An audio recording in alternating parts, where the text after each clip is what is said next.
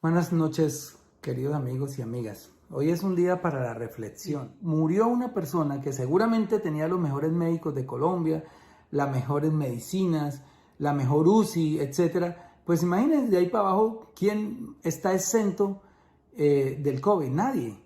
Y por eso la estadística, el 90% de los muertos por COVID, que hoy ya son 52.000, el 90% de los 52.000 colombianos muertos pertenecen a los estratos 1, 2 y 3. Es decir, el COVID está matando a los pobres y enriqueciendo a los ricos. De ese tamaño es nuestro nefasto sistema económico. Un sistema económico que ha hecho que los bancos y las grandes empresas se robustezcan, se llenen más de dinero del que tienen y los pobres se empobrezcan más y se mueran más. Hoy la pobreza ha crecido 17% en este gobierno. Y los ricos ganaron el año pasado 21 billones de pesos, los bancos, el sector financiero, 21 billones. Y los pobres, más desempleo. Las micro y pequeñas empresas sin asistencia del gobierno porque un decreto, un proyecto de ley votado por ellos mismos, por la mayoría del Congreso, no permitió que ellos tuvieran las ayudas que está dando el gobierno. Entonces, ¿qué podemos reflexionar de esto? Primero, tenemos un gobierno inepto. ¿Por qué? Porque han muerto en Colombia 52.000 personas. Esto no es un dato menor. Somos uno de los países con más muertos en el mundo y con más infectados. Hoy el mundo llegó a 102 millones de infectados. 100.792.000 infectados. Y llegó a 2.164.000 muertos.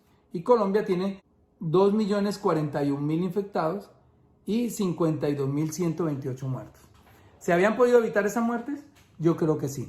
¿Por qué China tiene 3 muertos por millón de habitantes? China, que fue donde nació el virus. Ojo, en China nació el virus, fue el primer país azotado por el virus, no tenían experiencia que tenemos ya nosotros hoy de todo lo que han hecho en los otros países. ¿Por qué? Porque China tiene 1.439 millones de habitantes y tiene 4.600 muertos. Eso le da una tasa de 3 muertos por millón de habitantes. Colombia, la tasa de muertos en Colombia es de 1.018 personas por millón de habitantes. Entonces, miren la diferencia. China, 3 muertos por millón de habitantes. Colombia, 1.018 muertos por millón de habitantes. Pero si queremos hacer una comparación con un país que tenga nuestra misma población, pues vayamos a Corea del Sur. Corea del Sur tiene 51 millones de habitantes, exactamente los mismos habitantes que tiene Colombia hoy. Y allá han muerto 1.371 personas. ¿Por qué Corea, con la misma población y estando más cerca del epicentro de la pandemia, tiene 1.371 muertos y Colombia tiene 52.000 con la misma población? Porque aquí estamos en manos de un inepto que se llama Iván Duque, un inepto completo. Hizo todo al revés, cerró el aeropuerto tarde, sabiendo que ya el mundo estaba cerrando los aeropuertos con antelación, que estaba viniendo gente de vacaciones de Europa, que fue el epicentro de la pandemia después de China. No cerraba el aeropuerto y dejó que entrara el virus a Colombia y permitió que se expandiera. Eso es el primer error. Segundo error, no mandó a encerrar la gente. Digamos que la medida era buena, encerrar a la gente para que el virus no se expandiera, para poderle hacerle un cerco epidemiológico, pero no le dio una renta básica para vivir. Entonces la gente, cuando ya llevaba un mes encerrada, pues se lanzó a las calles a rebuscarse la plata para vivir, porque la gente aquí, casi el 60% de la gente vive en Colombia del rebusque, es informal, y tuvieron que salir. Y nosotros desde el Congreso suplicando una renta básica. Por favor, una renta básica. Que no hay plata, billones de pesos le inyectaron al sector financiero para que se enriqueciera más. Y como consecuencia de eso, ¿qué hay?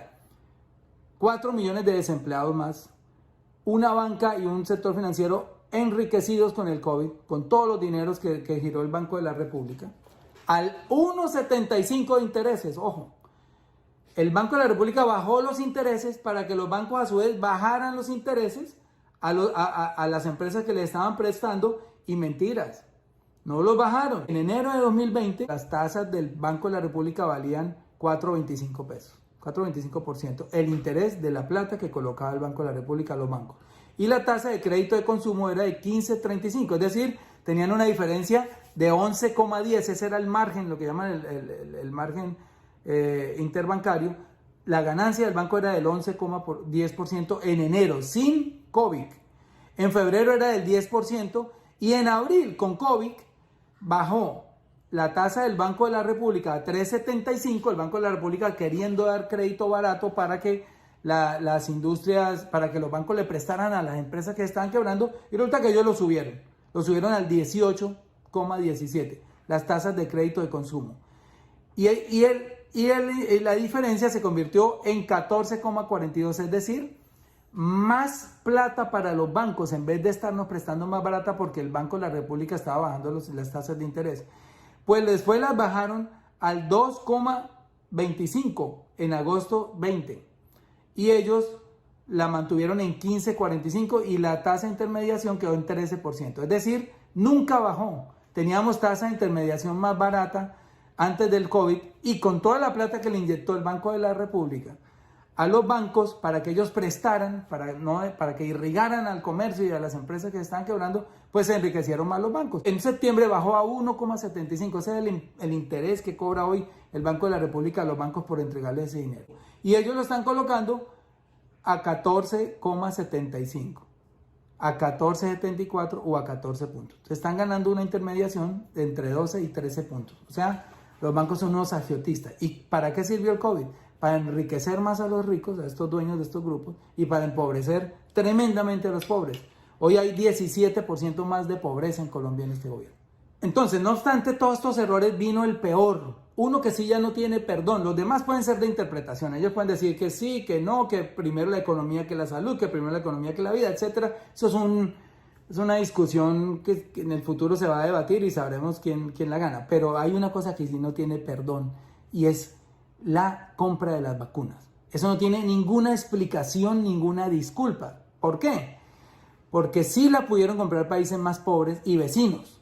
No puede decir el señor es que todas las compraron en Estados Unidos, no fue que las acapararon en la Comunidad Europea, fue que las acaparó China y las acaparó Japón. No. Ecuador compró vacunas, Bolivia compró vacunas, Venezuela compró vacunas, Panamá, país chiquitito, compró vacunas, Costa Rica está vacunando hace rato. Argentina compró vacunas, Chile compró vacunas. Ni siquiera nombro Brasil y Estados Unidos porque son monstruos y de repente pudieran tener una ventaja sobre Colombia. Pero estoy nombrando países con economías similares o inferiores a la nuestra. Y todos compraron vacunas. ¿Menos quién? Menos Colombia.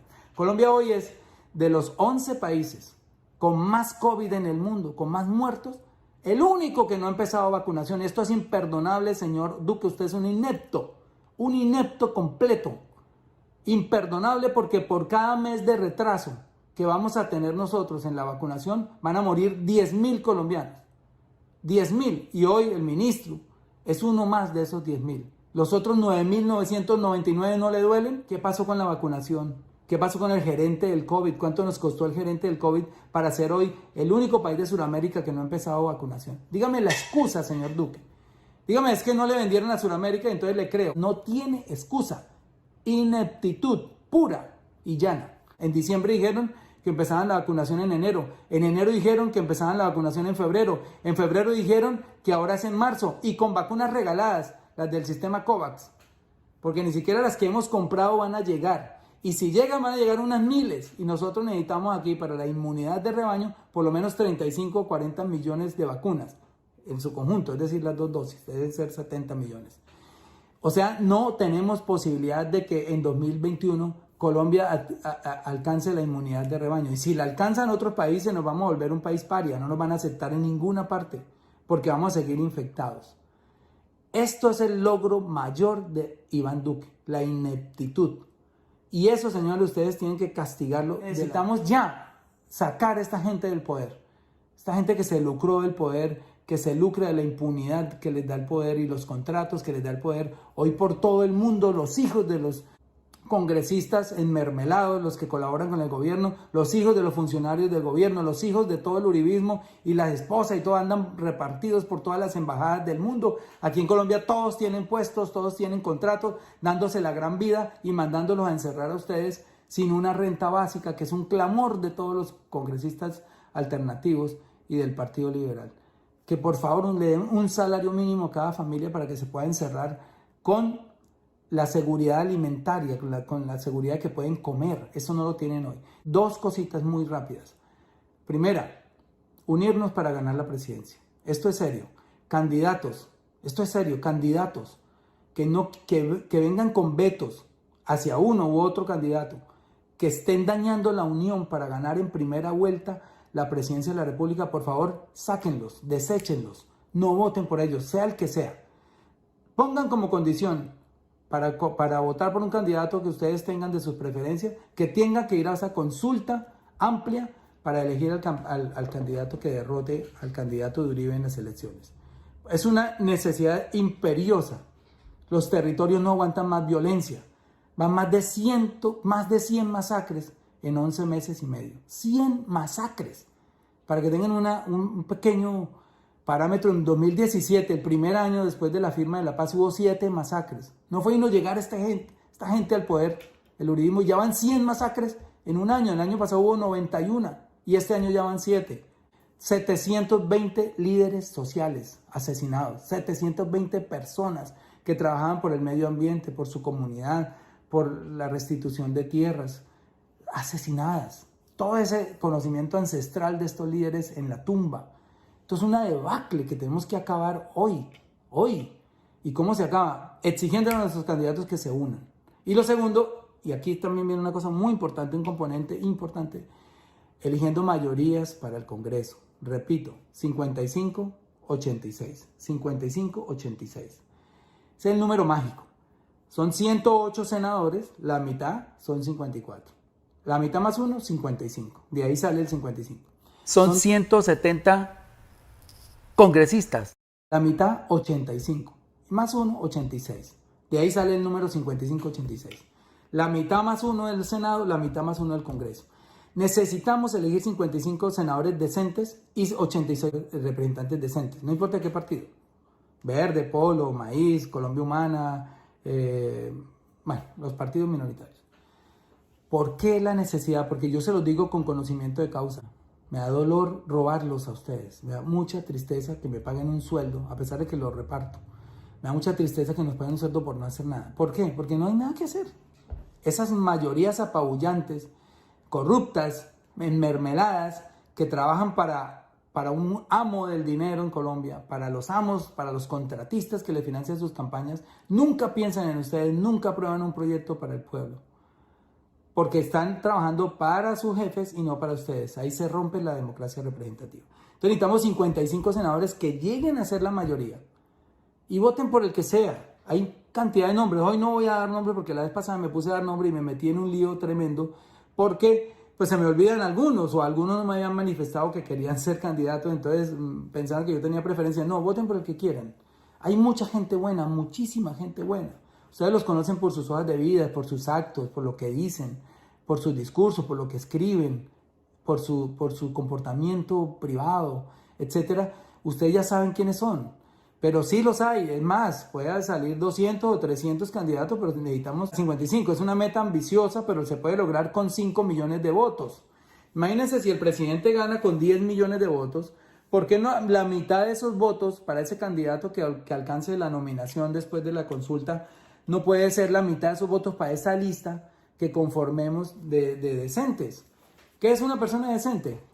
Una persona decente es una que no financia su campaña con dineros privados, que no recibe plata de los grupos económicos, básicamente, porque en la financiación de los partidos surge la corrupción, que si yo recibo plata de un contratista, miren cuántos contratistas financiaron campañas, la MOE hizo ese ejercicio, han repartido los alcaldes a dedo más de 170.000 millones de pesos en contratos, esto es un dato de 2018, más de 170.000 millones de pesos en contratos a personas que financiaron sus campañas. No sé el dato de las gobernaciones, no sé el dato de los congresistas, pero son miles de millones de pesos. Y esto es una práctica que viene de tiempo atrás. Agroingreso Seguro, que es, digamos, de las pocas que se han castigado, le entregó subsidios regalados, dinero del Estado regalado a 34 aportantes de la campaña de Uribe y de Uribito, de Andrés Felipe Arias. O sea, Tú me das, ¿no?, para la campaña y yo te doy contratos. Eso hay que acabarlo. Entonces un candidato decente tiene que tener primero ese requisito: no recibir dinero de contratistas, ni de narcos, obviamente, ni de grupos políticos, de grupos económicos. Si alguien recibe plata de alguno de esos tres, que va a trabajar por ellos, por sus intereses, para pagarle la plata que le dieron, multiplicársela además, y no por ustedes. Y lo segundo, muy importante acá, y es que hay que acabar con la injusticia de los salarios del Congreso. Nosotros ganamos 40 veces más que el salario mínimo. Que un obrero que trabaja 40 veces más que nosotros ganamos 40 veces más. Eso hay que subsanarlo. Y ustedes vieron en diciembre toda esa indignación que hubo. Yo noté los nombres de los que se indignaron. Muchos de ellos son del uribismo. En marzo vuelvo a presentar el proyecto de ley que se llama Pago por Sesión. El pago por sesión subsana dos injusticias. Uno, el alto salario. Me parece que 35 millones de pesos por ir 2 veces a la semana es demasiado dinero, pero no solamente son 2 veces a la semana, por ir 8 meses al año. El año tiene 12 meses y a nosotros nos pagan una prima de servicios de otro mes, es decir, recibimos 13 salarios al año por ir 8 meses. Eso hay que corregirlo. Es un mensaje de decencia de los congresistas a la gente que hoy está sufriendo el desempleo, a la gente que hoy gana en la informalidad muy poquito, a la gente del campo que en promedio gana como 450,000 pesos. Tenemos que mandar ese mensaje. ¿Y cómo se logra? Con el pago por sesión, como hoy sesiona el Consejo de Bogotá. Van 6 días les pagan. Van 11 meses, 11 meses les pagan. Ningún candidato que no se comprometa con eso, voten por él. Y yo, que quiero apoyar muchos senadores, muchos representantes, incluso si quieren por mí no voten, no necesito. Les voy a dar nombres de muchas personas por quién votar, porque ya las he analizado tal. Esas personas que quieren que yo los apoye, tienen que comprometerse con el pago por sesión. Es un requisito, y a no recibir plata de estos tres: contratistas, narcos, ni cacaos. Y ahí vamos a conformar un Congreso con unas mayorías excelentes. En 4 años va a haber una época dorada de este país, donde vamos a hacer las grandes reformas que hemos venido ofreciendo. Y caso contrario, si no tenemos esas mayorías, puede ganar Petro, puede ganar el mejor candidato, el más preparado, el más sabio, el que más sepa, el que tenga más experiencia, y de nada sirve si no tiene unas mayorías en el Congreso. Es más, lo pueden tumbar muy rápido, porque le montan un proceso en la Comisión de Acusaciones de la Cámara con mayorías de ellos y lo tumban. Tenemos que ganar las mayorías. Métanse en la cabeza ese chip: 55-86, 55-86. Sin esas mayorías no hay nada que hacer. Este país seguirá igual. En fin, quería decirles eso. Por favor, cuídense mucho. El COVID ya demostró que no respeta estrato social, no respeta posición, ni títulos, ni color, ni raza, ni nada. Nos mata a todos. Cuídense mucho. El autocuidado está por encima de lo que decreten los alcaldes y los gobernadores en sus territorios. Cada uno cuídese, porque estamos en manos del gobierno más inepto de la historia. Con decirles que más inepto que el de Andrés Pastrana, y eso ya es mucho decir. Imperdonable que nos tenga sin vacunas cuando ya casi todos los vecinos tienen y cuando casi todo el mundo empezó vacunación. Eso sí no tiene disculpa alguna.